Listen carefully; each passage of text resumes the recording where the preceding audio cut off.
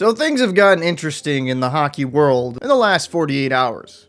Kevin Hayes has been getting death threats and people saying they're glad that his brother passed away and just a bunch of vile insults. And what does this stem from? Well, from a report from Anthony SanFilippo saying that Kevin Hayes helped influence Cutter Gauthier not wanting to play in the Philadelphia market. Now, Cutter himself has come out and said that is not true. Kevin Hayes has strongly denied that report. And John Tortorella, well, he got into it with that reporter. The guy here that caused Kevin Hayes a problem? Yes. You? Are you kidding me? You think Kevin Hayes is going to do something like that?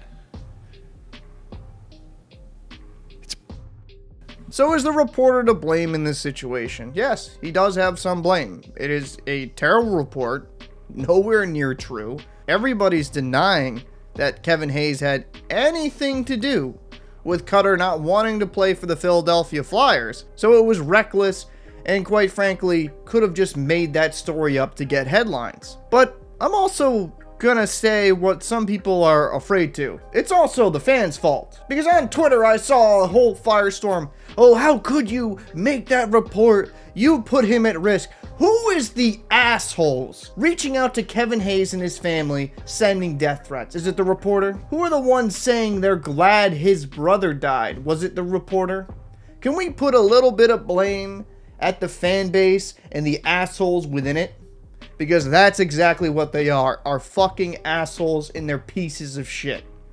I understand being a hockey fan and being passionate for your team. I completely get that. But when you start wishing death and celebrating his brother's passing, you are no longer a hockey fan or a fan of a particular team. You're just a massive piece of shit.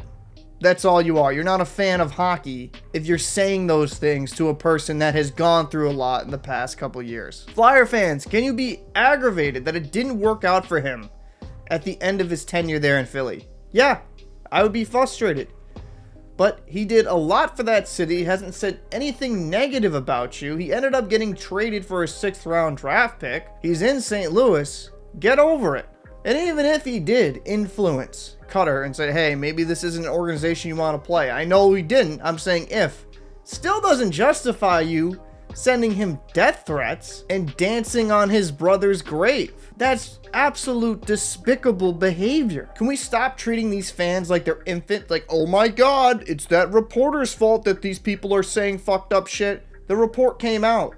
Those fans decided to reach out to him and say vile shit. Regardless of the report and how fake it was, that is not acceptable behavior. It's just absolutely disgusting.